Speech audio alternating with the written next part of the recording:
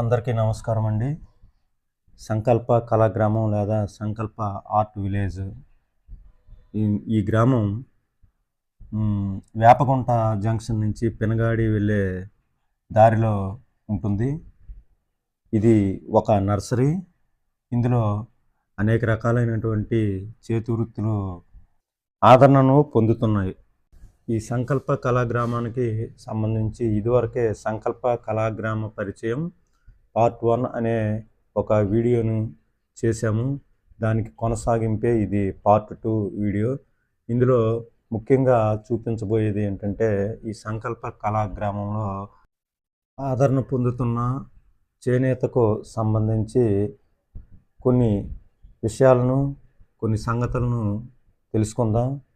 వీడియోని స్కిప్ చేయకుండా మీరు అందరూ చూస్తారని ఆశిస్తున్నాను. ఇది సంకల్ప విలేజ్లో ఉన్నటువంటి మగ్గం. ఇక్కడ ఈయన చేనేత వస్త్రాలు తయారు చేస్తారు. అవి కూడా న్యాచురల్ సహజసిద్ధమైనటువంటి కలర్స్తో తయారు చేసినటువంటి దారాలను మాత్రమే, నూలును మాత్రమే వాడతారు. ఇది చూడండి, ఇది ఏ కలర్ అండి? ఇది బ్లూ కలర్, ఇండిగో ప్లాంట్ మనకు తెలుసు కదా, నీలిమందు మొక్క. ఆ నీలిమందు మొక్క తాలూకా పౌడర్ నుంచి ఈ కలర్ని ఆర్టిఫిషియల్గా కాకుండా న్యాచురల్గా తయారు చేస్తారు. ఈ కలర్ని దీనికి ఈ వైట్ నూలుకి అద్దడం వలన ఈ కలర్ వచ్చిందనమాట.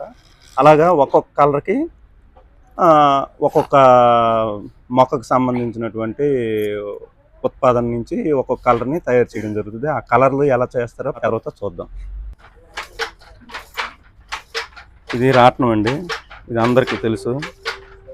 స్వాతంత్ర పోరాటంలో ప్రముఖ పాత్ర పోషించినటువంటి ఒక వస్తువు ఇది రాట్నం. ఈ అమ్మ రాట్నం తిప్పుతున్నారు. ఈ రాట్నం ద్వారా దారాన్ని తీస్తారనమాట. అంటే ఇది ఆల్రెడీ మనకి వచ్చినటువంటి దారాన్ని ఇలాగా ఈ కండిలు అంటారు, వీటిని స్పిండిల్స్, వీటికి ఈ దారాన్ని పడతారనమాట. ఇది నేతకి ఉపయోగించడానికి వీలుగా దీన్ని ఈ దారాన్ని తయారు చేస్తారు. అమ్మ మీ పేరు చెప్పండి. లక్ష్మి. ఎక్కడి నుంచి వచ్చారమ్మా? కత్తిపూడి. ఈ సంకల్ప విలేజ్కి వచ్చి ఎన్ని సంవత్సరాలు అవుతుంది? 11. అయితే ఇప్పుడు వీళ్ళందరూ ఒక ఫ్యామిలీ? మీ ఫ్యామిలీనా? అందరూ ఒకే ఫ్యామిలీయా? ఓకే అమ్మా. ఇది చూడండి, ఈ వడి ఇలా కనిపిస్తున్నది, ఇది వడి దారం అండి. ఇది నైలాన్ దారం. దీనికి అచ్చు అతకడం అనమాట. అంటే ఇప్పుడు మనం తయారు చేసి ఇచ్చినటువంటి ఈ సరి చేయడానికి ఇచ్చినటువంటి ఈ పడుగు ఏదైతే ఉందో ఆ పడుగు తాలూకా దారాలను తీసుకొచ్చి దీనికి అతకడం జరుగుతుందండి. ఇది అచ్చు అతకడం అంటారు. దీని గురించి ఒకసారి ఇది ఏంటి, ఈ ప్రాసెస్ ఏంటో ఒకసారి ఈమె చెప్తారు, ఒకసారి వినండి. చెప్పండి అమ్మా. నా పేరు నాగమణి అండి. అన్నవరం అవతల కత్తిపూడి దగ్గర సర్వవరం అక్కడి నుంచి వచ్చాం. ఇది అచ్చండి.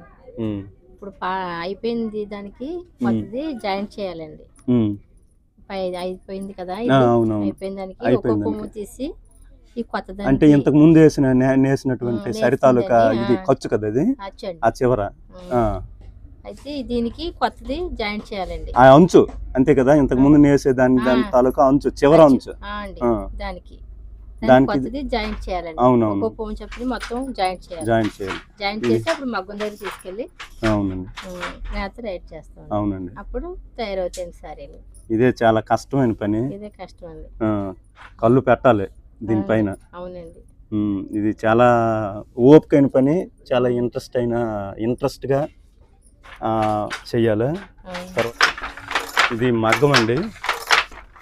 ఇది లేటెస్ట్ మగ్గం, న్యూ మోడల్. ఒకప్పుడు మగ్గం నేలలో ఉండేది. ఆ మనిషి కూర్చున్న స్థానం ఒక గొయ్యిలో ఉండేది. ఆ గొయ్యిలో కూర్చొని నేసేవారు. ఈ స్టాండ్ మగ్గం ఒకప్పుడు ఇది స్టాండ్ స్టాండ్ మగ్గం. మగ్గం.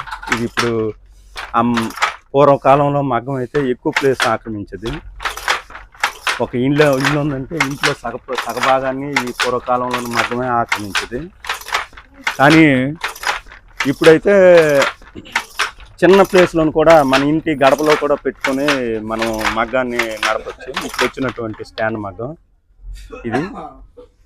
ఇందులో ఇలా నిలువుగా ఉండే ఈ పార్ట్ని ఇలాగ దీన్ని అంతటిని కూడా ఈ దారాలని పడుగు అంటామండి. పడుగు సైంటిఫిక్గా శాస్త్రీయంగా ఇలా నిలువుగా ఉండే ఈ దారాల వరుసను అంతటిని కలిపి పడుగు అంటాము. ఇవన్నీ కూడా ఇందాక చూసారా ఆమె ఆ దారాన్ని వీటికి కండ్లకు ఎలా పెట్టిందో. వీటిని ఈ కర్రలు ఇవి జొన్న కర్రలు అండి. ఇవి జొన్న కర్రలు. జొన్న అంటే మొక్కజొన్న కాదండి, మొక్కజొన్న కాదు, జొన్నలు. అప్పుడు అంబలే చేసుకునేవారు కదా పూర్వ రోజుల్లో ఉండేవి. మొక్క చివర జొన్న ఎన్ని వచ్చేది. ఇది మొక్కజొన్న కాదు, ఇది మామూలు జొన్న, జోవార్. ఇప్పుడు జోవార్ అంటే అర్థమవుతుంది. వీటితో చేస్తారు. కానీ వీటి స్థానంలో ఇప్పుడు ప్లాస్టిక్ కూడా వచ్చాయి. ఏదేమైనప్పటికీ ఇది చాలా పర్ఫెక్ట్గా దీంట్లో నాడిలో బాగా సెట్ అవుతుంది ప్లాస్టిక్తో చేసిన దానికంటే ఇది.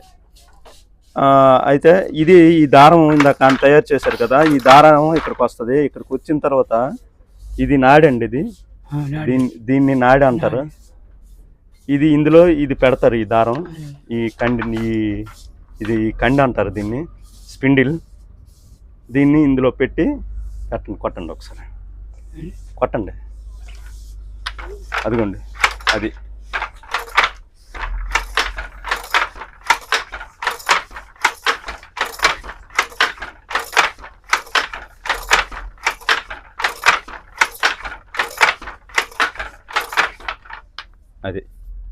అలా అది అయిపోయింది కదా. ఇప్పుడు ఇంకొక కలర్ అనమాట, ఇండిగో కలర్.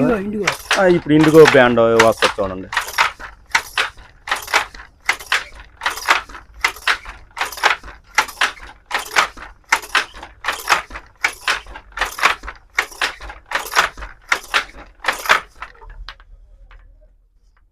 అది అయిపోయింది. ఇప్పుడు వైట్ అంటే వైట్ స్ట్రైప్స్ అనమాట. White IndiGo stripes.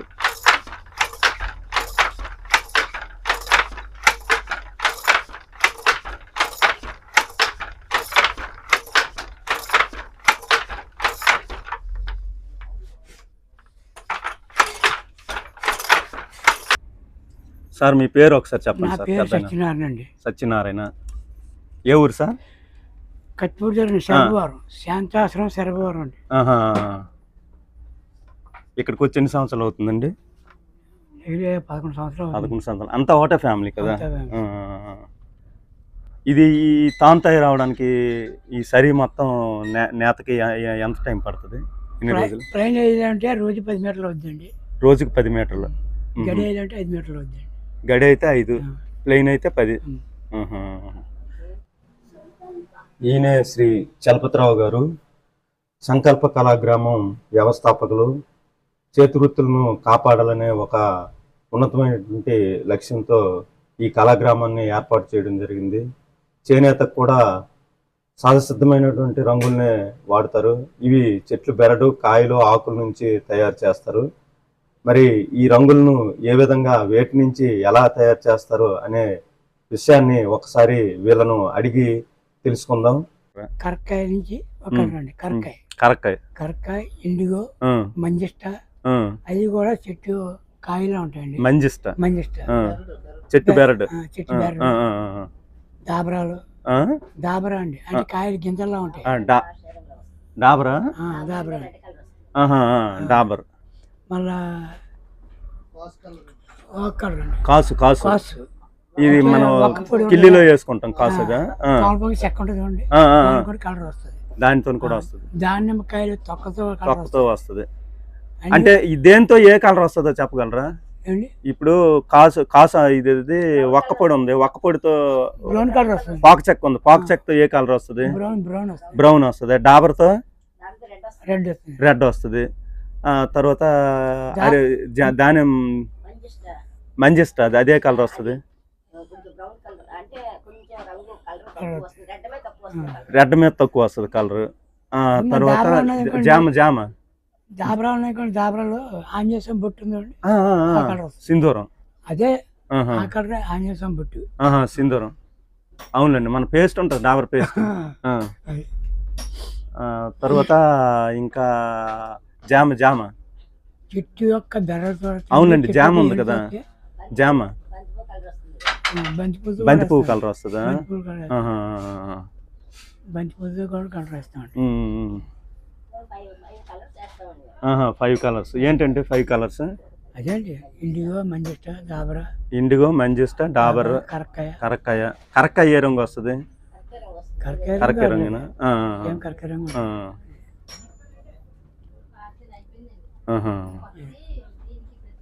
బాగుందండి. చాలా అంతరించిపోతున్నటువంటి ఒక కళ ఇది. ఇండిగో తప్పించి ఉన్న కలర్లో నీళ్ళు బాగా బాయిల్ చేసి సముద్ర కెట్టాలు పొంగాలండి. దాంట్లో ఆలం వేస్తాం. ఏదండి? ఆలం తెల్లగా ఉంటుంది, ఇంటికి పట్టికి అంటారు, ఆలం అంటాం. అది వెయ్యాలి, అది వేయకపోతే రంగు పట్టుకోవాలి. రంగు పట్టడానికి ఆలం వెయ్యాలా? కంపల్సరీ వేయాలి. ఆలం పట్టికేనా? అదే ఆలం. ఇప్పుడు మనకి మంగళ షాప్ లో వాడేవారు ఇప్పుడు పట్టిక, అదే ఇంటి ముందు కూడా కడతారు, అది ఆప్రసేవ్ గా వాడేవారు. అదేనా? ఆ పట్టికేస్తే అందుకే గోరెంట పెట్టుకునేటప్పుడు కూడా వేసేవారు కదా, పట్టికేసేవారు. అప్పుడు వేసిన తర్వాత అప్పుడు మేము కలర్ వేస్తాం, రంగు వేసి కలిపి అప్పుడు దారాన్ని బయలు చేస్తాం. రంగు అడ్డుకోవాలి. రంగు అంటాలంటే ఈ కలర్స్ కి కంపల్సరీ పట్టిక అనేది ఉండాలి. అది చేయకపోతే అవదు. మళ్ళీ బ్లాక్ ఉంది అనుకోండి, అవును, మెంతులు, ఐరన్ ముక్కలు, బెల్లం అన్ని కలిపి కొండ నీళ్ళు పోసి బెల్లం అది వేసి 21 రోజు కల్లా బ్లాక్ తయారైపోతుంది. బ్లాక్ కలర్ 21 రోజు తయారైపోద్ది. మొత్తం నీళ్ళు పోసి వాటర్ పోసిన తర్వాత ఐరన్ ముక్కలు, రద్దు ముక్కలు, ముక్కలు లాంటి వేసేసి మెంతులు, బెల్లం కలిపేసి పైన మూత వేసామండి, 21 రోజుకి బ్లాక్ తయారైపోద్ది. మళ్ళీ కలర్ పొమ్మంటే పోదు, అక్కడ లోపల పెట్టుకోండి. ఈ ఫేడ్ అవ్వవు కదండి కలర్స్? ఏ షేడ్ అవ్వవు కదా, అవి షేడ్ అవుతాయి ఎక్కువ. ఆర్టిఫిషియల్ కలర్స్ అన్ని కెమికల్స్, ఇది షేడ్ అవ్వదు కదా. ఇప్పుడు ఎలాగుందో మళ్ళీ ఒక సంవత్సరం తర్వాత కూడా అలాగే ఉంటుంది. చూడండి, ఇది తయారవుతుంది. ఈ కలరు ఇండిగో అండి, ఇది ఇండిగో ఆకుతో తయారు చేసినటువంటి కలర్ ఇది. ఈ కలరు ఇగోండి, ఇది ఈ కలరు జనరల్ గా ఇది షేడ్ అవ్వదండి. మనకి కెమికల్ కలర్స్ అయితే మనం వేసుకున్నప్పుడు ఉన్నటువంటి మెరుపు తరువాత ఉండదు. అదే ఈ కలర్ అయితే ఈ నేచురల్ కలర్స్, సహజసిద్ధమైనటువంటి రంగులు అయితే మాత్రం ఇది షేడ్ అవ్వదు. ఒక 6 మాసాల తర్వాత, సంవత్సరం తర్వాత వేసుకున్నా చూసినా సరే ఇలాగే ఉంటుంది, పెద్దగా మార్పు అయితే ఏమీ ఉండదు. సో ఏదేమైనా సరే ఇది ఒక మంచి ఒక ప్రయత్నం. ఎందుకంటే గ్రామాల్లో ఒకప్పుడు భారతదేశంలో కుల వృత్తుల్లో ప్రధానమైనటువంటి కుల వృత్తి నేత. ఈరోజు నేత అనేది అంతరించిపోయింది. చాలామంది ఇప్పుడు కాదు కానీ నా చిన్నప్పుడు చాలామంది నేత కార్మికులు ఆత్మహత్యలు చేసుకుని చనిపోయినటువంటి సందర్భాలు కూడా చాలా ఉన్నాయి. గడవక బయట పని చేసుకోవడం తెలియక, కష్టమైన పనికి వెళ్ళి ఆ పని చేసుకోవడం తెలియక ఆత్మహత్యలు చేసుకున్నటువంటి సందర్భాలు కూడా చాలా ఉన్నాయి. మరి దానికి కారణం ఏంటంటే ప్రభుత్వ విధానాలు, అంతేకాకుండా ప్రజల తాలూకా ఆలోచన సరళే. నేత బట్టలు వాడడం మానేయటం, కంపెనీ బట్టలు, రెడీమేడ్ బట్టలు మోజులో పడి ఈ నేత బట్టలను ప్రోత్సహించకపోవడం వలన చాలామంది కళాకారులు ఈ నేత వృత్తిని విడిచిపెట్టి మిగతా వృత్తులకు వలస వెళ్ళి. ఈ వీడియో మీకు నచ్చినట్లయితే లైక్ చేయండి, కామెంట్ చేయండి, షేర్ చేయండి, ఇంకా సబ్స్క్రైబ్ చేయండి. Thank you.